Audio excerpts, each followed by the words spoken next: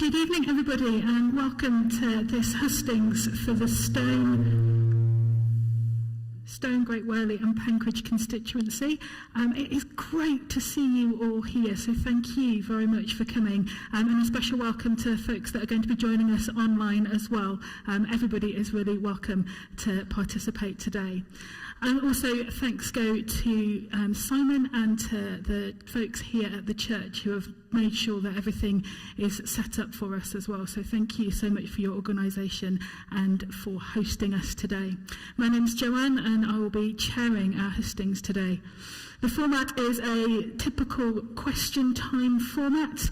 Questions were asked to be submitted to the hustings email address prior to today, and they've been sent only to me. So the candidates don't know what the questions are, but they are on the pieces of paper in front of me. The candidates will be asked to speak for 90 seconds each at the beginning, introducing their core policies and introducing themselves to you. This is their opportunity to meet you and to hear what's happening as well, and for you to meet them and hear from them. Following that, there will be 10 questions, and each candidate will have 60 seconds to respond to those questions. Those responses will be invited in a range of orders, so we will be able to hear different responses from the candidates in a variety of order. At the end, there will be a further 90 seconds offered to each candidate to say anything else that they want to make sure that they have said, reiterated, underlined or covered. And hopefully that will all conclude before 9 o'clock, so you're able then to speak to any of the candidates as they leave. That's what you're expecting, which is the main thing. Yep. Excellent. In which case, I invite Danny Brain from the Green Party to speak. Thank you all for being here and for giving your evening up to come and hear what we all have to say. Hello. Apologies for that. Do you want to stand up? Can you hear me now? Yes, I think I can hear. I'll start again. Thank you all very much for being here, for taking time out of your evening to listen to what we all have to say. The Green Party has grown so much since we had our first MP, Caroline Lucas, elected back in Brighton Pavilion. We now have 55,000 members and are growing hugely rapidly. We've got a record number of councillors and we control a number of councils in the UK. We are the only party that takes climate change seriously and we are committed to saving the planet, but that's not all we are. The Green Party stands for a way of doing politics differently and also for policies that can transform our country, policies that address both the climate emergency and that care for people, including our most vulnerable and excluded in our society. We want to build a secure, fair and stable world where we work with each other and respect each other. The only specific policy I want to mention in my opening speech is the NHS. We have pledged 20 billion to save the NHS. It's the highest of all the parties.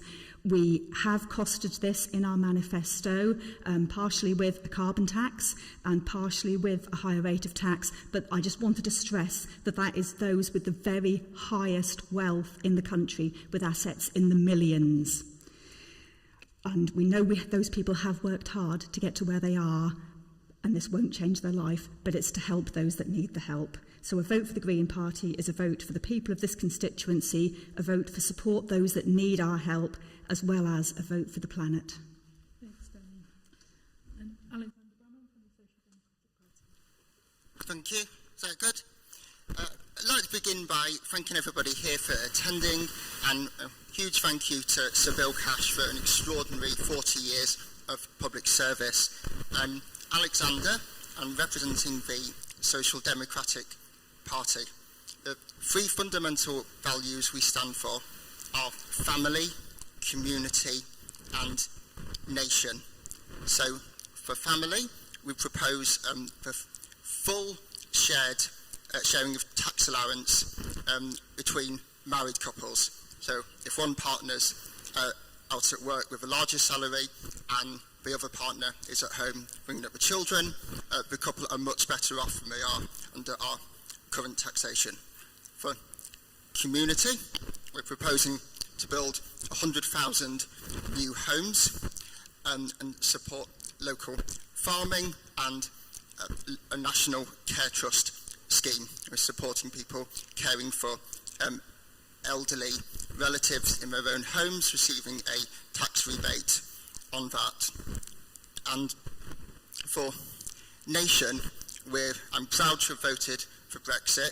We've been the left-wing voice of Brexit, and Rishi's promised to stop the boats, but hasn't. He's promised to stop the long waits and hospital appointment lists, but he hasn't. We will withdraw from the ECHR, as Suella pleaded with Rishi that he needed to do, drop out of the 1951 refugee. Thank you.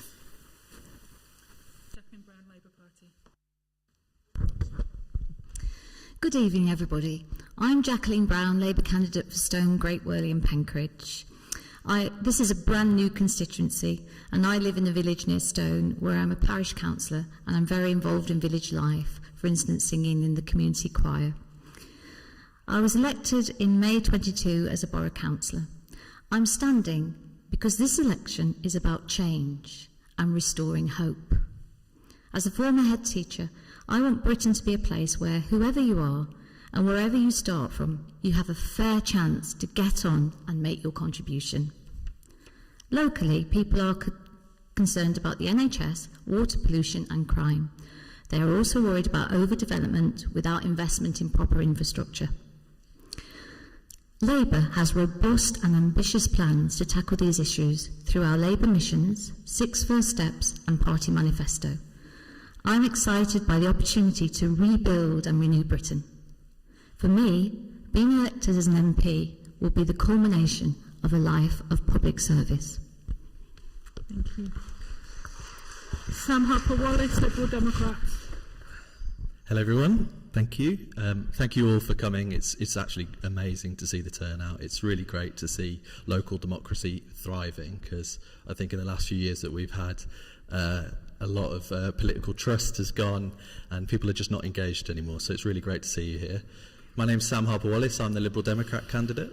I am a district councillor and I'm recently a father. Last month my wife and I had our child Lyra. I think Lyra's the reason why I got into politics, to be honest. I want her to live in a world that is better than I found it, so that's why I'm here. And that's why I'm aligned in the Liberal Democrat values. We need to save our NHS. This election is about the NHS. Waiting lists are through the roof. People are dying on waiting lists. Cancer survival is at its lowest rates.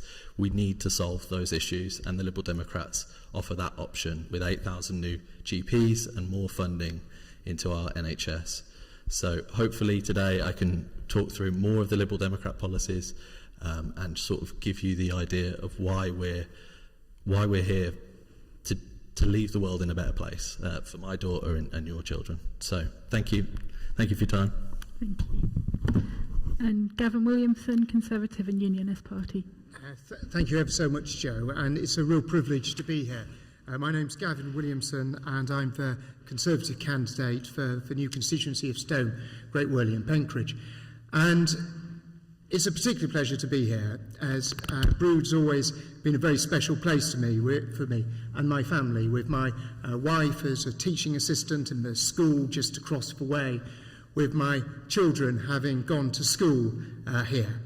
And for me, being part of the community is absolutely vital. Making sure that you champion the issues in the community is absolutely vital. And that is locally, but it is also nationally as well. Making sure that those issues that are of concern to local people are issues that are raised in Parliament. And that is what I have always done, and that is what I will always do.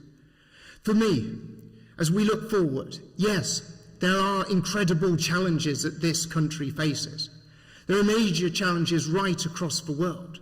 That's why we're having to make some tough decisions and have had to make some tough decisions, whether that is about increasing spending on our NHS and on our schools, but also balancing that off with increasing spending on areas such as defence as well. Those hard choices will have to be made, and we will continue to do our very best, and I will always make sure that this constituency is the heart of everything that I do. Thank you. Our questions have been pre-submitted, so a question from Richard. With crime out of control in the area, no police presence and criminals being let off and released early even when they're caught, could the candidates outline how they will help restore law and order to our area? Danny, I'll go to you first.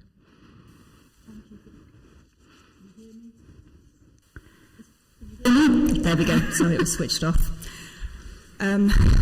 First off, I think all the parties accept that crime is a big issue, and all the parties do want to make sure the police are funded to make sure they can do their job, but we know that there has been trust lost in the police force because of many issues that I won't go into now, but we all know what's been in the news, corruption in the police force, and we want to get to the heart of that so that people have faith in the police again, so the police can do their job. But a fundamental thing to us is crime sometimes happens because people early on in life don't have the best start, with youth centres being closed, with people in poverty. Sometimes it's either boredom or desperation that drive people to crime.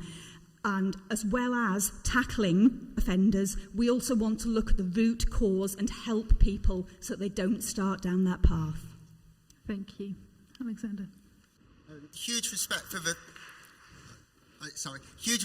police doing such difficult work with such bravery.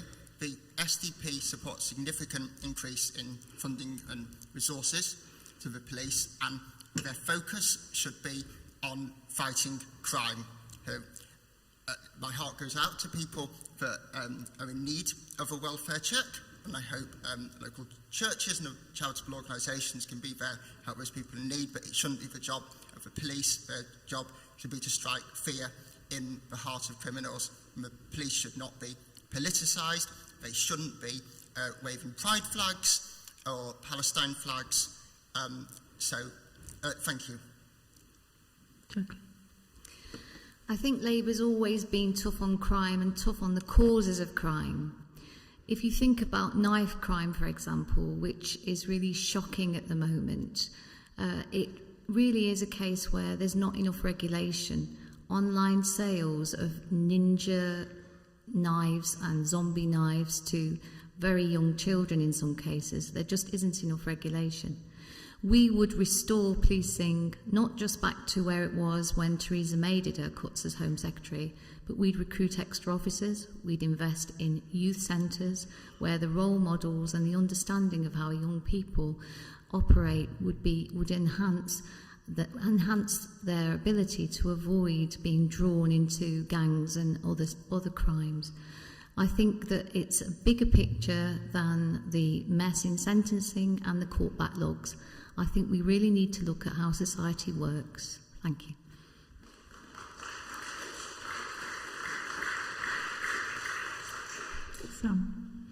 Yeah, policing's in a bit of a state at the moment in this country. We need to bring back proper community-led policing. I speak to residents in Penkridge often, and let's stand up here. And one of the big things that they talk to me about on the doors is how they used to have a community police officer, and everyone knew who that person was, and if they had an issue, they would go to that person. And that gave a really good sense of community, but it also reduced the amount of minor crimes that happened in Penkridge, and I'm sure a lot of people can resonate with that. The Lib Dems want to bring back proper community policing, so everyone has that same experience that those older residents had. We need to scrap police and crime commissioners to fund that. We think that that role doesn't really do anything anymore. It wasn't as intended when it was implemented, so the money should be going to community police forces. We need to free up local officers' times by making sure that they're not spending time fighting online crimes. And then finally, we need to solve the crisis in our courts and halve the amount of time it takes from offence to sentencing, which again is just in complete collapse in our country. Thank you. So what we want to see is the rollout of hotspot policing, where there's issues to do with antisocial behaviour. These are absolutely targeted, with extra resources put in there to clamp down on them.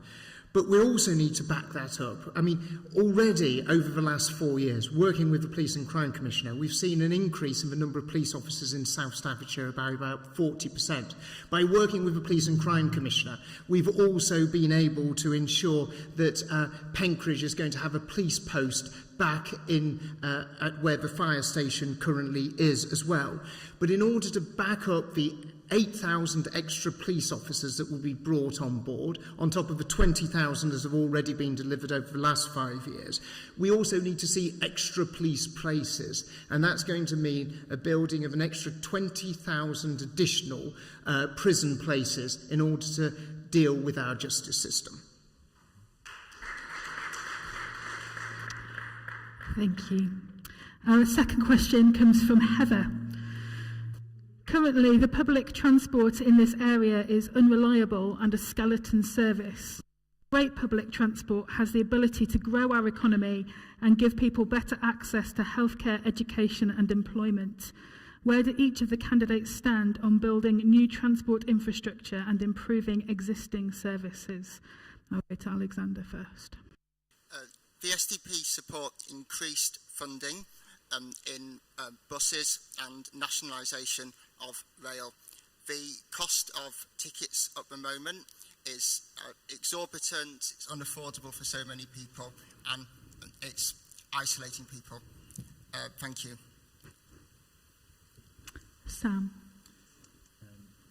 So I think my mic's off. Testing, there we go. Okay.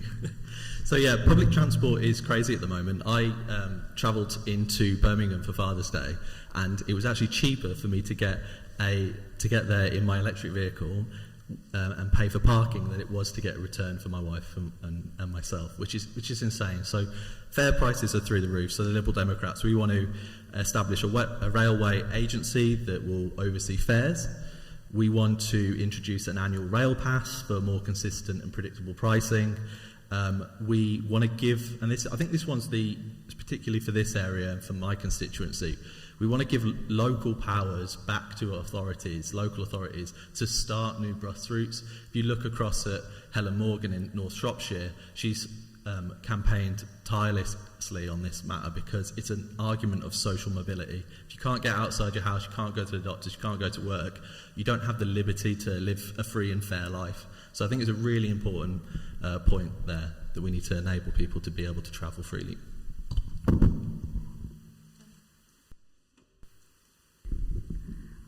We are 100% in support of public transport. It's better for the environment if you have one bus instead of 20 cars driving to the same place. Just think of how much you're saving the environment. It's also better for the roads to have one bus instead of 20 different cars, and it does create jobs. If you have more buses out there, more trains, that is creating jobs. I would plead with all of you to read our manifesto, because this is something we are passionate about, because it helps the environment in so many ways. And yes, we know that public transport desperately needs improving, both local, in rural areas such as this, and national rail networks need so much improvement to make them work, and that is something we are committed to. Thank you very much. I think that I think all of us would agree about the importance of public transport. I think we've had to make we made the right decision in terms of curtailing HS2 where it was, because this means that we're able to free up so much more of that money to be able to invest in the areas of public transport that actually people are going to value so much more. We've got to be, in Staffordshire, we already have brilliant links to central London. If you can get on a train from Stafford and be in central London in an hour and 16 minutes. But what we do need to be doing is investing more of that money on east-west links. We need to be able to looking at how we bring more freight off the roads onto rails, and that is about having east-west links more than necessarily north-south links.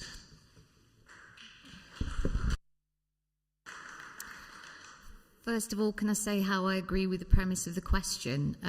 Transport is absolutely fundamental to opportunities. If you haven't got a car and you can't get to your apprenticeship, your training place or your job, how can you make your contribution and how can you grow? But too often, bus routes that aren't profitable are taken off, and we've seen that everywhere across this constituency.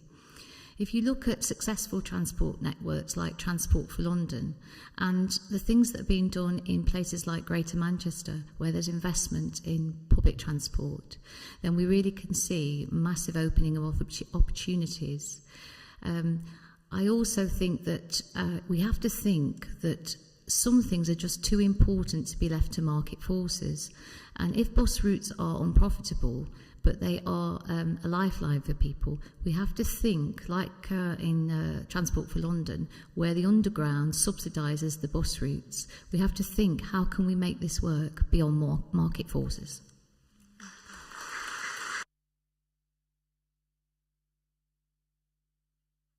Is from Craig and Sue. Polls show that many voters have lost faith in the honesty and integrity of politicians. What makes you different, and how do you implement the Nolan principles in your work? And I'll start with Sam. Yeah. As I mentioned in my opening speech, politics and trust in politics is at an all-time low. The endless scandals that we have, the endless MP resignations, it's just a joke. And I think that comes from the two-party system, to be honest. I think there isn't an accountability within our electoral system. We need to bring in proportional representation so there aren't safe seats in the country where MPs have to go out and work hard and they have to be held accountable. I think that's an issue with the core of our electoral system. In terms of myself, ethically, I am a very open and transparent individual. For example, on my website, I put all the meetings that I have as a local councillor, and also all of the conversations I have. So I'm very open, and you can follow my councillor's Facebook page as well to see all the work that I get up to and how transparent I am. Thank you. Gavin. I think for me, one of the most important things is always being available to your constituents, always being there to be able to support in any way possible that you can do. And it is that sort of approachability, it is that sort of putting the community at the heart, which is, I think, the core of what being a Member of Parliament is. And actually, that is what I've always endeavoured to do over the last 14 years. And if I'm fortunate enough to be the Member of Parliament in the new constituency of Stone, Great Wyrley and Penkridge, that's exactly what I will put at the heart of everything that I do as your Member of Parliament. Danny.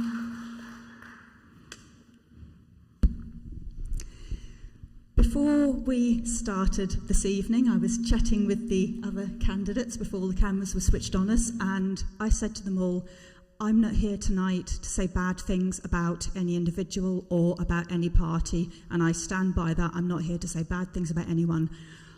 I do know that people have lost faith in politicians. I'm not going to talk about individuals. All I'm going to say is two things. One, the Green Party puts trust and respect at the centre of everything we do, all our decisions, our policies. We want people to trust us because we respect people. And I do just want to agree with Sam on proportional representation. There are seats that are seen as safe seats, and we think that proportional, I say we as in myself and Sam, but many people think that proportional representation does give a fairer spread of representation in the country. Jacqueline. Sir John Curtis, the great polling guru, has shown that faith in the politicians to tell truth has dropped to below 9%. What a state of affairs, but ever likely when we look at the last few years. Now, the Nolan principles of public life, I signed up to as a teacher many years ago, and I'd go further. I'd want to adopt the governance report, ensuring that we really do get held to the highest standards in public life. I would also say that there's a record number of MPs leaving, stepping down this time, so it will be a fresh start. There'll be new MPs joining, and hopefully the old guard will be gone, the ones that indulged in Partygate and all the other scandals, and we'll really begin to rebuild that trust, because not having trust in politicians is bad for democracy.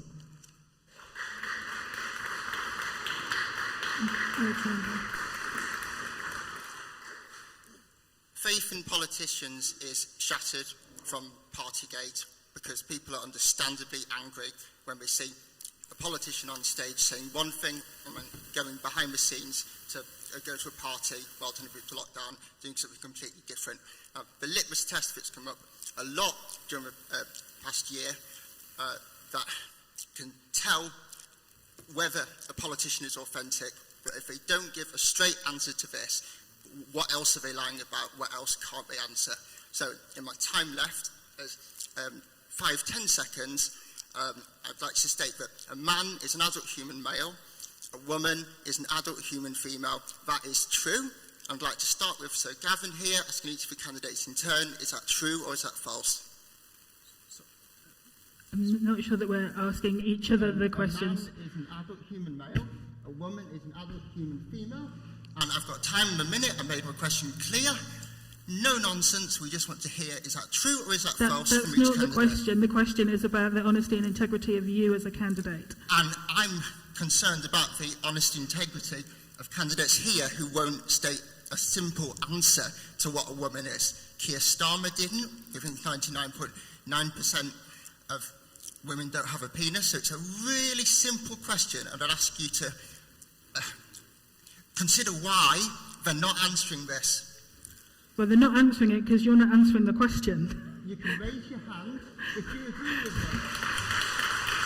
Raise your hand if biological sex is immutable. That's still not the question. The question is about your honesty and your integrity. And you have 3 seconds. Anybody else's time. The silence is deafening. Children are being harmed by puberty blockers. Lives are being ruined. And your 60 seconds is up. I'm happy to respond if that would be allowed. I think, to be honest, this whole wokerati and this distraction is not good for our country around gender. Why do we care what's in people's pants? Seriously, the NHS is crumbling. There are better things to focus on than what someone's got in their pants, honestly. Which leads us to Peter's question. Do the candidates really believe that the NHS ever has enough money? And I'll start with Jacqueline. The Labour Party, of course, founded the NHS and has worked really hard. It's got a brilliant record. When we were last in power, patient satisfaction was the highest it's ever been, and waiting lists were the lowest they've ever been. We have got an ageing population. There are more complex health problems. I think we've lost a lot of our ground we were making in preventative healthy schools type initiatives to try and prevent poor health. But we've got plans to cut waiting times with 40,000 more appointments each week. We're going to double the number of cancer scanners. We've got a new dentistry rescue plan, and we're going to invest in more mental health practitioners. And we want to return to the family doctor, that security and safety of knowing your doctor and having a face-to-face appointment. You know from our record that the NHS is safe with us. Thank you. Danny? That is a fair question and a fair comment. All the parties are pledging huge amounts to the NHS because we all know the NHS does need our help. We're pledging 20 billion. Yes, that's a huge amount.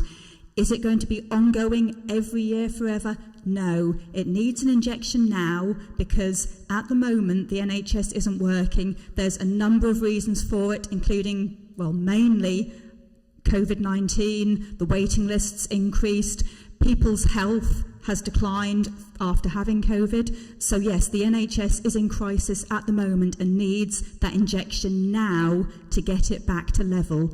But if we can make sure that everyone has access to good health services, that everyone can afford to keep their heating on, to eat healthy foods, then we encourage a healthier nation. And once the NHS is back to working and people are in healthy habits, then we can have an NHS that works for us all. Thank you. Sam? Oh, sorry, Alexander. That was entirely my fault. That nearly got me then. Nearly. Me. I will go to Alexander because I just confused you. I'm really sorry. I think we've established that single-sex hospital wards aren't safe under the other candidates, but I'm not a single-issue candidate. So I've covered that topic. I'm concerned about the NHS's inefficiency. I worked as a software engineer on large NHS appointment booking systems, and I saw firsthand the huge amount of layers of admin and management and waste just to get anything done, anything answered, required so many forms and so many middle managers. Meanwhile, junior doctors are about to strike. That still hasn't been resolved by the Conservatives, and the waiting lists are so desperately long. So, as I've said before about the Social Democratic Party, we are a socially conservative party, but we're economically left, and I love our NHS. Thank you. With my apologies for getting your name wrong, Sam. Thank you, no worries. So yeah, there's no arguing that the NHS is extremely expensive.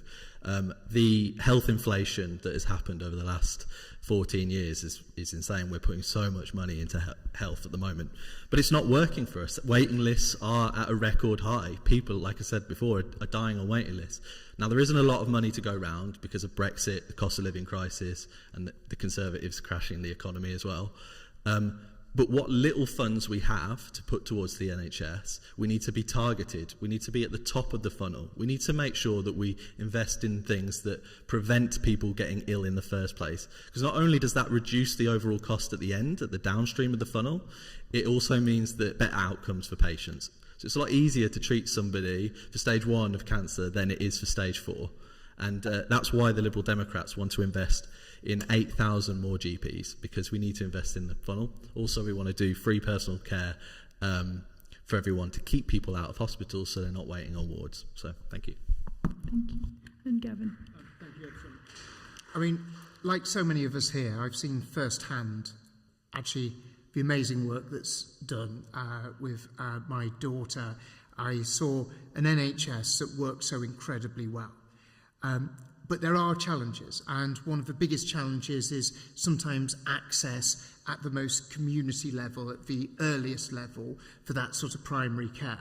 And that's why we do have to think a little bit differently. We've got to think about how we, develop and then expand community diagnostic centres so it's easier for people to be able to access that primary care much more swiftly. We've got to see how we continue to expand what's already starting to be rolled out in terms of pharmacy first, using some of that health infrastructure that is already there better. But also that means seeing 92,000 more nurses on top of the 50,000 that have already been recruited, and 28,000 more doctors. These are the things that will deliver. Thank you. And a question from Sophia. With around 1 in 4 children living in destitution in the UK, what's your plan to tackle poverty in the UK over the long term? Sam, I'll turn to you first. I think the issue for me is our economy has been crashed by cost of living, that I said before. But I think Brexit is another massive one that goes, there are so many jobs that have been lost from Brexit. There is so many tax receipts being lost from Brexit. For example, 8.4 billion is our healthcare sort of investment we want to do a year. Brexit, the OBR has put that loss at around 36 billion in tax receipts. So you can imagine the amount of money that isn't coming into the economy anymore because of this policy. Now, I'm not saying that Liberal Democrats will reverse Brexit. It's not the right time for that. We do propose a 4-step plan to get into this single market, and I think that's my hope, is a growing economy will bring more opportunity and more jobs, and we need to really start looking at our relationship with Europe for the betterment of people. Thank you. Alexander. Firstly, I repeat our extremely ambitious social housing project. It's so fundamental to society, so important to every family that they have a safe roof above their head. But welfare has become a black hole of funding. We've got colossal figures of people unemployed, dependent on benefits, and we're a party of community. So those families, those individuals are isolated from the community around them, just receiving the universal credits, not having the opportunities to connect and be part of wider society. So we strongly advocate workfare, not welfare, and included in that is prisoners receiving employment where safe to do so on civic improvement projects, so they're not stuck in a cycle of reoffending and debt. Thank you. And we always need to be looking at how we make work pay and make it always the most sensible thing for people to be in the workplace, because what all the evidence shows, whether it is educational outcomes for children of parents who are either in work or on welfare, whether it is the health outcomes for those families, everything indicates that actually getting families into work is absolutely critical. I think universal credit was an important step, but actually we need to be looking further at how we increase and improve the incentives for families and for individuals to be into work.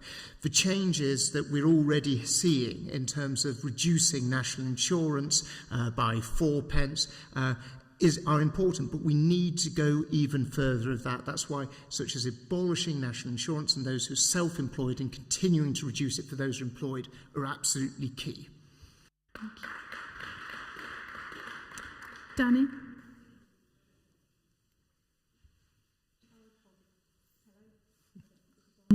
Thank you. Child poverty is heartbreaking, completely heartbreaking, and there shouldn't be any reason for it. We want to increase the minimum wage to help those on the lowest salaries to have enough to feed their children. We want to end the 2-child cap on child benefit to bring thousands of families children out of poverty. We want to give free school meals to all primary school children to make sure that they have a good meal at school to keep them healthy and so that they can focus on their education. We want better rights for renters so that families with children can be safe and secure in their home and not at risk of eviction through no fault of their own. We also want to end right to buy so there are more social houses available for families that need them. And it's not specifically for families children in poverty, but we do want to introduce an insulation scheme, and that will help keep children living in poverty warmer. Last but not least, Jacqueline. This is a subject close to my heart. As a former nursery school head teacher, I've seen the grinding effects of child poverty in front of my eyes, and we did so much under the last Labour government to raise children out of poverty through the Sure Start programmes and other initiatives. We're now seeing with the cost of living crisis that so much of the income of even 2 working parents is taken up by high rents, fuel bills and food inflation. This leaves so little left for family life. The reality is that the effects on a child forever of growing up in poverty are going to cost the country far more in the long run. If we invest in children in the earliest days, we're going to see more community cohesion, we're going to see less drug and substance misuse, and even less teenage pregnancies. Let's invest in our young children and families.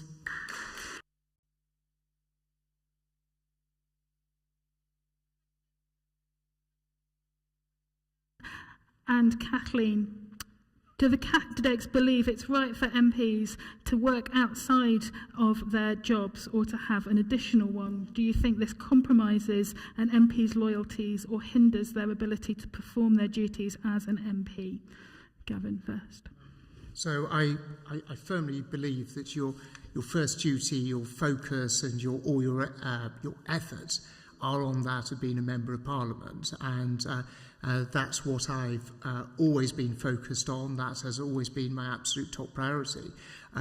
If you are asked to be a minister, invariably you are doing additional responsibilities over and above that of being a member. What I think people will have always seen and who have known me is that my focus and my roots have always been firmly in the constituency, being involved locally, even when I've had other responsibilities, whether that as a minister in defence or education or as chief whip.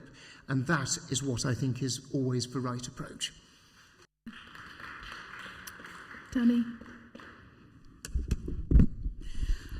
I'm actually quite glad this question's been asked, because a gentleman came up to all of us earlier and asked us if we'd be prepared to give a yes or no answer to a question. I can't see the gentleman, but I'm confident he's listening. I believe this is a yes or no question. Do I think an MP should have another job as well as being an MP? My answer, no. In my opinion, if you're an MP, you are paid fairly to do that job. In fact, in my opinion, paid quite well. And your focus should be on listening to your constituents and on helping to ensure that the country is run as it should be. End of. Alexander? I'm very impressed by Sir Gavin's ability to juggle multiple jobs like that. I personally wouldn't be able to do that. It's a huge commitment serving in Parliament.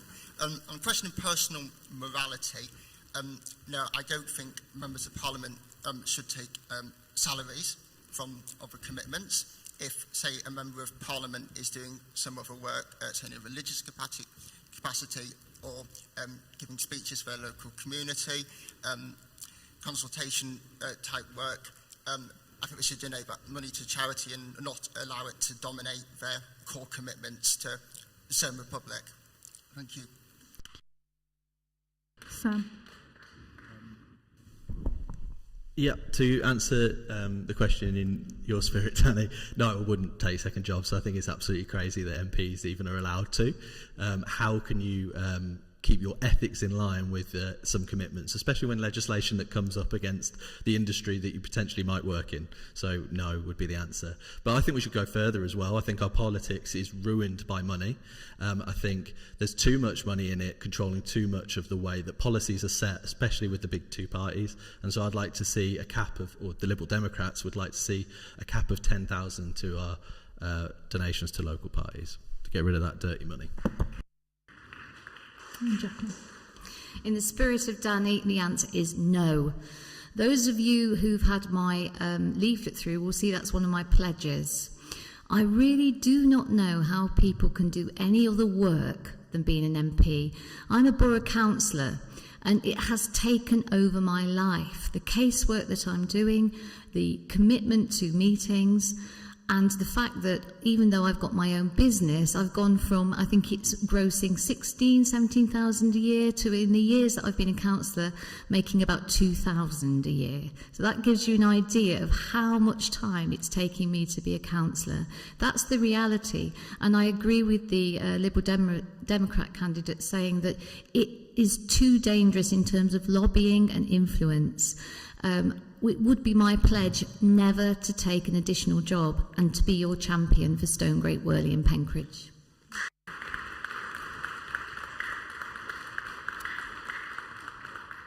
And a very local question from a different Jan. Locally, we have several potential planning applications for housing development on our green belt. With a lack of housing, is your party looking at no development, no overdevelopment, or no development at all? And I'll go to Danny first. We know new houses are needed, but the Green Party policy is the right house at the right price in the right place. Greenbelt is there for a reason. It is to protect our green spaces, but it's also to keep communities as they are intended to be. If, to use the example of Brewood, if several new developments were put up between Brewood and Coven, the two individual communities would be merged and it would change them. The green belt is there for a reason. There are, I can't remember off the top of my head because I haven't memorised the figures, I'm afraid. There are so many empty houses in the UK, and the Green Party wants those houses brought back into use for people that need houses. We want to use brownfield sites, we want to use the right sites, and when we build new houses, we want them to be affordable. The right house, the right place, the right price. Sam.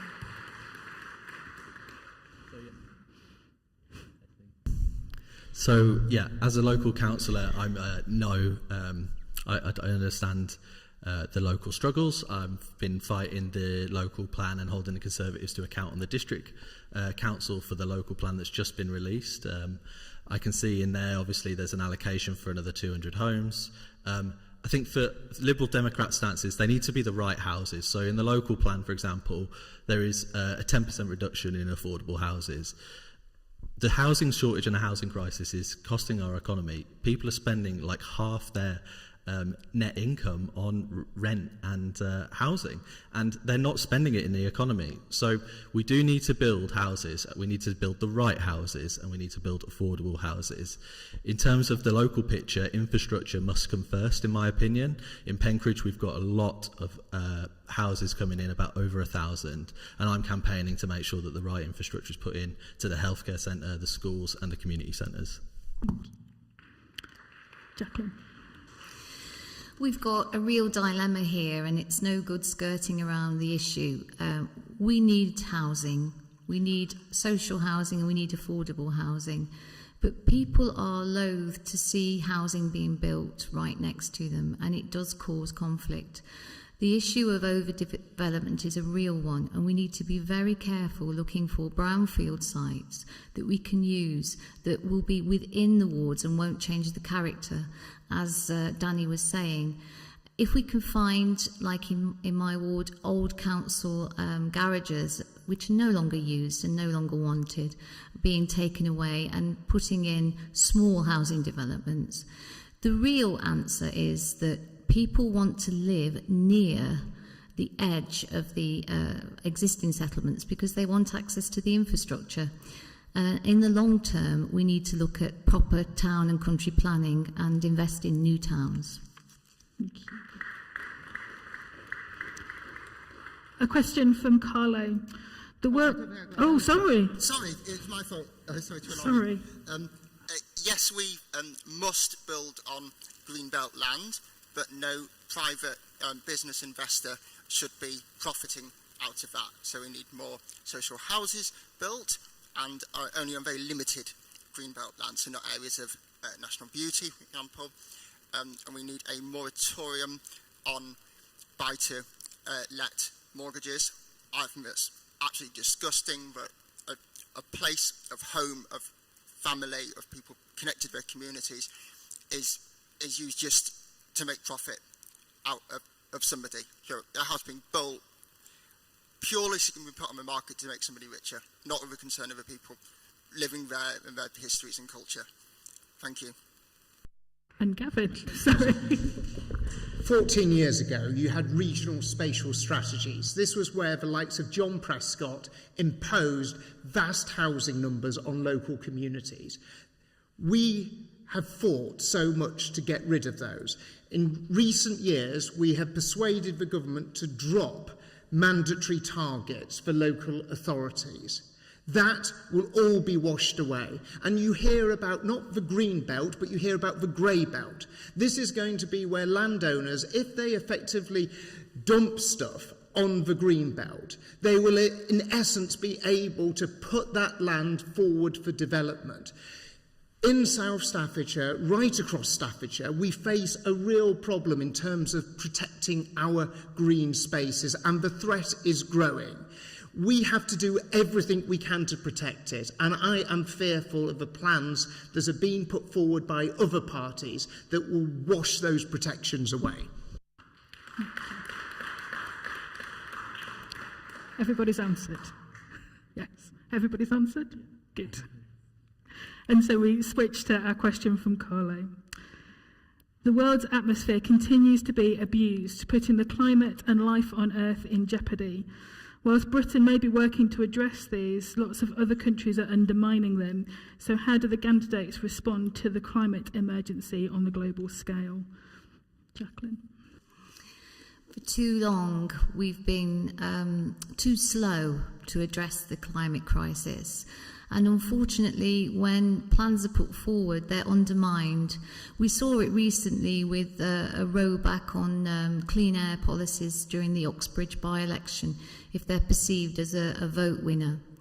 We really do need to work with the international community, and we need to think about how we are as an example. Are we a good example? The Labour Party want a greener, fairer economy, and we want to invest in new energy. We want to really tackle the problem of insulation, making sure homes are fit for purpose to keep energy bills down. But we really do need to think, what example are we setting to the world? And it's no good countries blaming each other. This is something we're all in it together. Sam. We are in a climate crisis, and if we carry on the way we are, there's not going to be elections in the future, to be honest. The Liberal Democrats, we want net zero by 2040, 45. We want to also do sensible policies, such as in a 10-year emergency upgrade into insulation. So that's kind of like a free lunch. It's not very expensive. It makes people reduce their energy costs because their homes are warmer, whilst also they spend less on heating, so it reduces the overall carbon output. We want to remove restrictions on new solar and wind because we need to remove our dependency from fascists that can control our oil markets and gas markets, and so we need to really invest in and grow our own energy. Gavin. So I'm incredibly proud that actually I was one of those members of Parliament that was actually to set that net zero target for this country. And setting the target is only part of it. Is actually delivering on the target that is also important. But it is also important to make sure that we don't disadvantage ourselves, we don't lose jobs. As many of you know, we have almost 2,000 people who work in engine manufacturing just a couple of miles from where we're sat. And it's making sure, as we make that green transition, we're able to bring industry with us, whether that is in industries such as engine manufacture, such as the Jaguar Land Rover plants just a stone's throw from here, whether it is in brick manufacture, where, of course, in this constituency is one of the largest manufacturers of bricks. And it's making that transition so that we deal with the challenge, but also we protect jobs as well. Alexander? I'm sceptical of many of the cataclysmic predictions that we're all going to die, that the ice caps will melt, that we'll be underwater. I haven't seen that happen, and to be honest, I'm not going to believe the same people that don't know what a woman is, telling me that the world's going to end. So China are not going to stop their mass industrialisation and growth because we cut our use of fossil fuels. But we'd be shooting ourselves in the foot, and now for America, we don't have sovereignty over those countries. We can't force what they do. We should be listening, taking direction from them on climate change, not the other way around. And Danny. Please would you all forgive me for lowering the tone very slightly and talking about dog poo. When I go out to walk my dog, she's called Lola. She is a yappy little thing, but she is gorgeous. I take poo bags with me, and every time she does her business, I pick it up. Sometimes I'll be out walking with my sons, and there'll be dog poo on the pavement, and I'll say to them, please don't step in the dog poo, because it smells when it gets on your shoes, and I don't want that in my house. And I could say, no one else clears theirs up, why should I?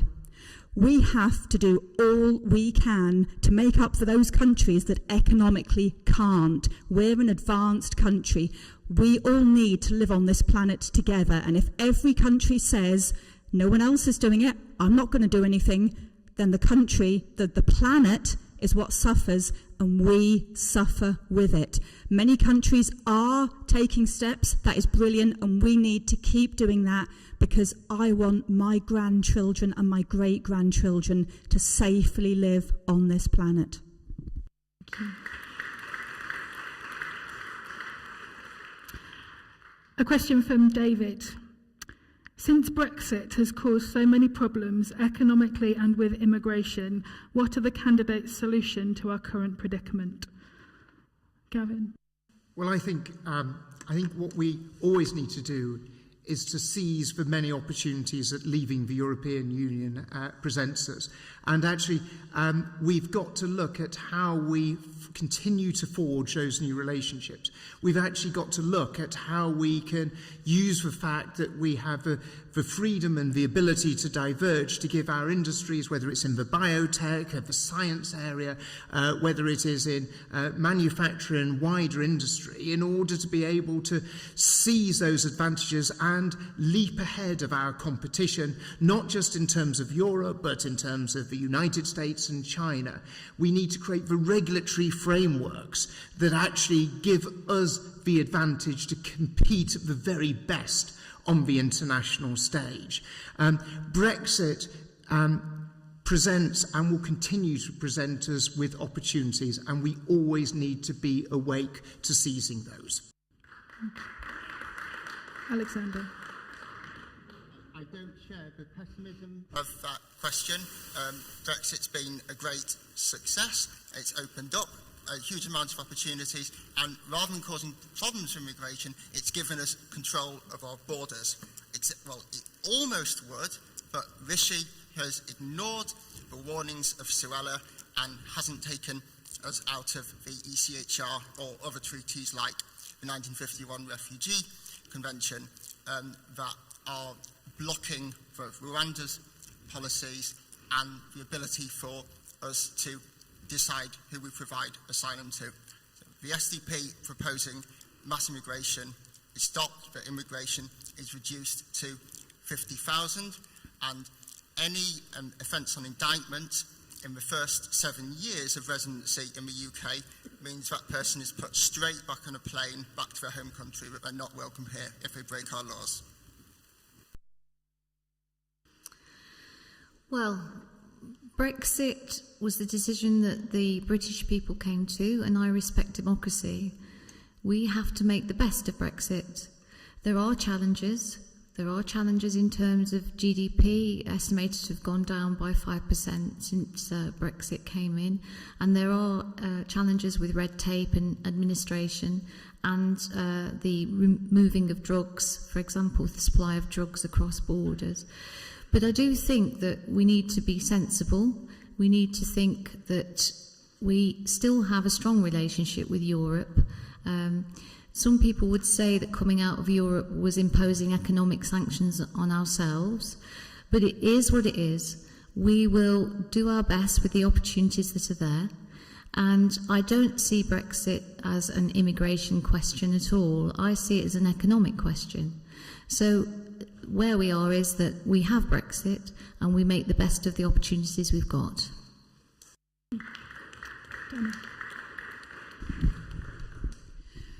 I will be honest, I did not vote for Brexit. I voted to stay in Europe, and on a personal level, I would welcome another referendum as to whether leaving Europe, now that we know what we know, was the right thing to do. I do understand that before Brexit happened, we were given lots of promises, assurations. Many of them haven't come to fruition. I would be in favour of another referendum because now we know a lot that we didn't know back then. Thank you. So we've been out of Europe for a while now, and I am still yet to find a Brexit benefit, to be honest. I guess maybe higher costs on your food or your energy bills. I'm not too sure. So for me and the Liberal Democrats, we need a better relationship with Europe. It's costing our economy, it's costing jobs, and it's putting a dent in everyday pockets, to be honest. So the Liberal Democrats, we have a 4-stage plan. The first steps are more integration with Europe, that is better trading deals, a better veterinary trading deal which allows farmers to actually trade back with Europe again. It involves increasing trust through bringing back the Erasmus and working on scientific projects back with the European Union. And then eventually, when the time is right, it's joining the single market. And just a point on immigration, I do think it is a bit of an immigration thing. It is a lot harder to control our borders now we don't work with our neighbours. We can't have police, and we're working with French police. It's harder to stop the boats, to be honest, now we're out of Europe. Our final question comes from Jan. She has 7 grandchildren aged 9 and 18. They are her future. They've missed out on Sure Start, lived through COVID and lack support after it, lack decent school buildings, some of which are crumbling, have a lack of qualified teachers in the classroom, have suffered real-term cuts in post-16 education, and for the 18-year-old now facing sky-high university tuition fees and living costs. What would your party say to reassure me about their future? Alexander. Families will be prioritised in social housing allocation. I'd like to congratulate her on all her children. That's amazing, and that's something that the SDP will recognise in our inheritance tax. Currently up to £325,000 of cash. There is an exception for property, but that can be inherited tax-free. We're proposing to scale that up by the number of children. So what you can currently pass on to your children under the SDP, you will be able to pass to each of your children. There are more children you've had, and that includes grandchildren, anything left in the will. It's a massive incentive, it's massive support for those families, and massive tax relief. Ben. So we've seen an absolute revolution in terms of education. If you look at the PISA results in terms of what children are achieving in English, maths and sciences, we're far outstripping our sort of fellow countries within the United Kingdom, whether that is Scotland, Wales and Northern Ireland. Those reforms are delivering for children right across the country. But there is more to do. One of the things that I think we need to be having a laser-like focus on is actually not just the 50% of children and youngsters who go to university, but the 50% that don't go to university. I was incredibly proud to bring forward the Skills Bill, looking at how we change and improve the education for those who don't go to university. But more needs to be done, whether that's more apprenticeships, more high-quality training and skills all the way through people's lives, because it's not just all about a degree, it's about the skills and training that young people and people of all ages receive throughout their lives.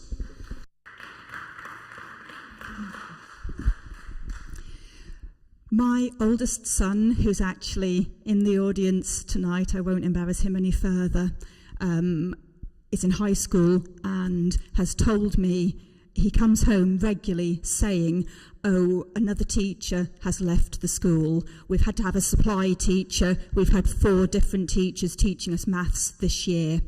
We have pledged to increase teacher wages because children need the chance of a decent start in life. We want to increase teacher wages to have the right teachers to give our children the education they need and deserve.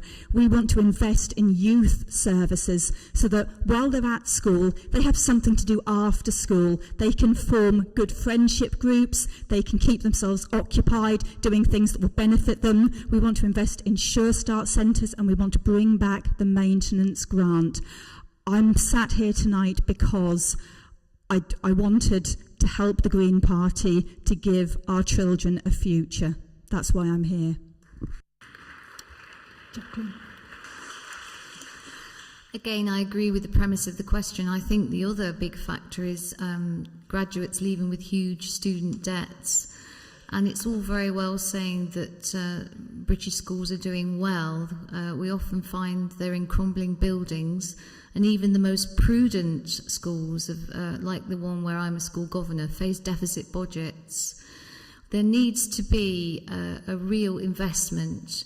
The Labour Party has got plans to recruit 6,500 new expert teachers in key subjects.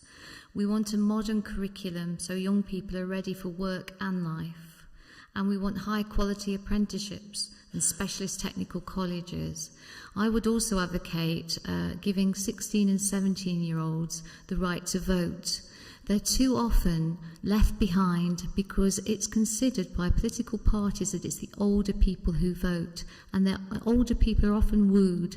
I say, let's build the future for our young people.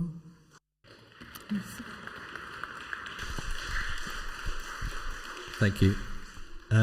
Yeah, education is in crisis. My mum's was a primary school teacher. She recently retired. And, you know, the stories that I hear from her experience is shocking, to be honest. We've had 10 education ministers since the Conservatives took power. So in terms of continuity, I think there was reforms to A levels, the T levels. I don't know what level we're on next, but apparently they're going to bring a new one out. So I don't know how having 10 ministers is very good for education. But in reality, our kids have been left behind, especially after COVID. The mental health on our young kids is in deep decline. And so the Liberal Democrats, we pledge to dedicate a mental health professional in every school, and we'll pay for that by taxing the big tech corporations who are usually the cause of the mental health issues. And then finally, we'll also reinstate maintenance grants. We've got a load of other good policies, but my time's up.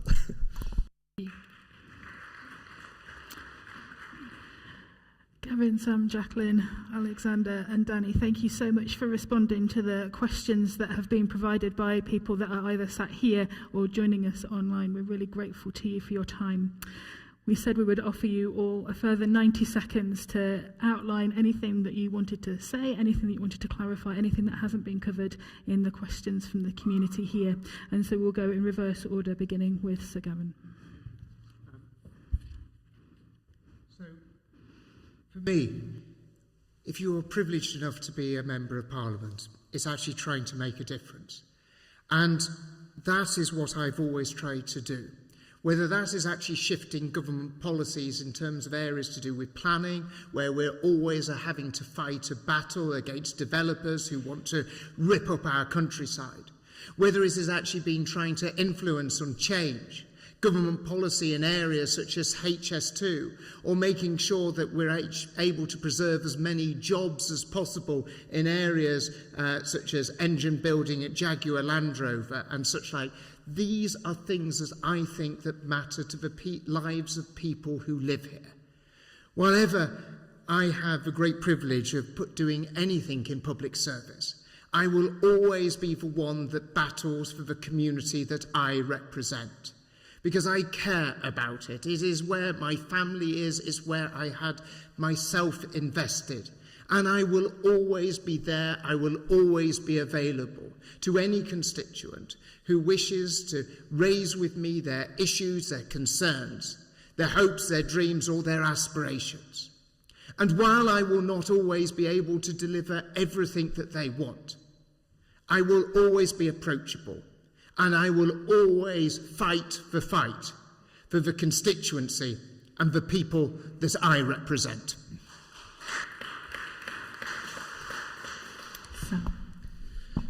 Thank you for my time. It's been a really good evening and great to talk about Liberal Democrat policies.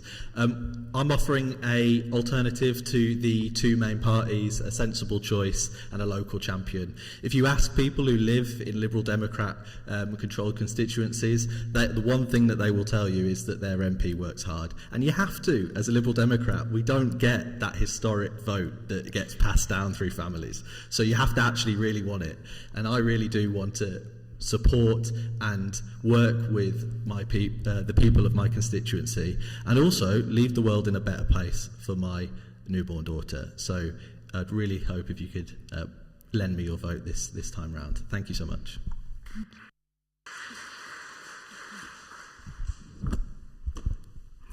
I'd like to say that democracy is alive in this building tonight. You turning up and asking such interesting and intelligent questions and giving us all as candidates the opportunity to share our vision for the future. I'd like you to think about the election as a bit like a job interview. Who do you think would do their best for me? Who's got a good record? Who's reliable? Who's the person with integrity? And also consider what the world's going to be like. It's going to be a changing world. We could even have a new government. So would you be better having an MP that's within that new government, within that new vision? You have to think about your area. You have to think about the influence of your MP and how they're going to champion you. And I'd urge you this time to vote Labour.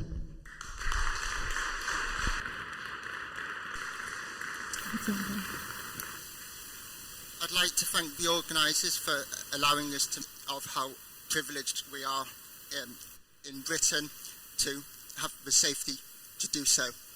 But not everybody in the country has had that same opportunity. Rosie Duffield has not had the support from Labour, from her hustings having been cancelled, for raising the same topics of single-sex space, which is what I've raised here. Well, for some of the candidates over here, they might accuse me of being concerned what's in other people's pants, but I don't wish anybody any of the harm or distress. I've heard from the accounts of so many women who've been affected by this issue, and I wish none of you any harm. I hope it's not your daughter at school who finds a boy in her toilet when she's going through changes. I hope it's not your wife in jail finding a man sharing that police cell. And if I sound stressed, it's because I've had 3 rosettes torn off. And I'm not asking for you to vote for me out of pity. I'm saying that I'm proud to stand up for principles of integrity and tell the truth and to champion free speech. And nobody else here has done that.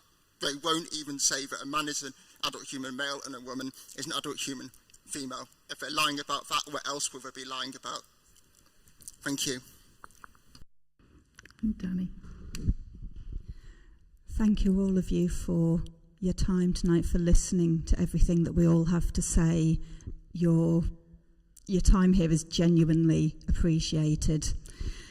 As a mother, when raising my kids, I'd read some books that said, when you start weaning your children, has to be baby-led. They have to tell you when they're ready. Some that said you have to start at 5 months, some that said you have to start at 8 months. The truth is, if there was a correct or best way to raise a baby, raise a child, then everyone would be doing the same thing. And it's the same with running a country. If there was a correct way to run a country, then every country would be doing that. There isn't. But through trial and error, we know that the current way isn't working. We need a new way.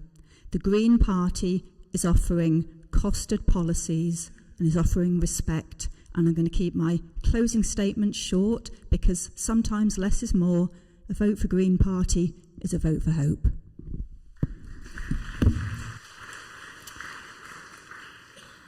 And so, recognising that we have a little bit of time, some of the candidates may be able to take one-to-one conversations as they make their way outside. I invite you to give a characteristically warm thanks to all of our candidates in order. So, to Danny Brain of the Green Party,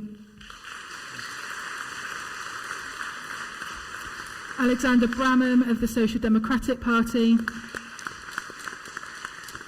Jacqueline Brown of the Labour Party, Sam Harper-Wallace of the Liberal Democrats, and to Gavin Williamson of the Conservative and Unionist Party. Thank you all for your time, your engagement, your honesty, and your willingness to wrestle with some of the tough topics that we were able to provide for you. To those of you that are online, your streaming will now cease. The rest of us will be able to continue to have some conversation, but it won't be in this format. So thank you all for coming out, and thank you to our tech team, and especially our timekeeper who has been waving pieces of paper at the back. Thank you so much as well, and good night.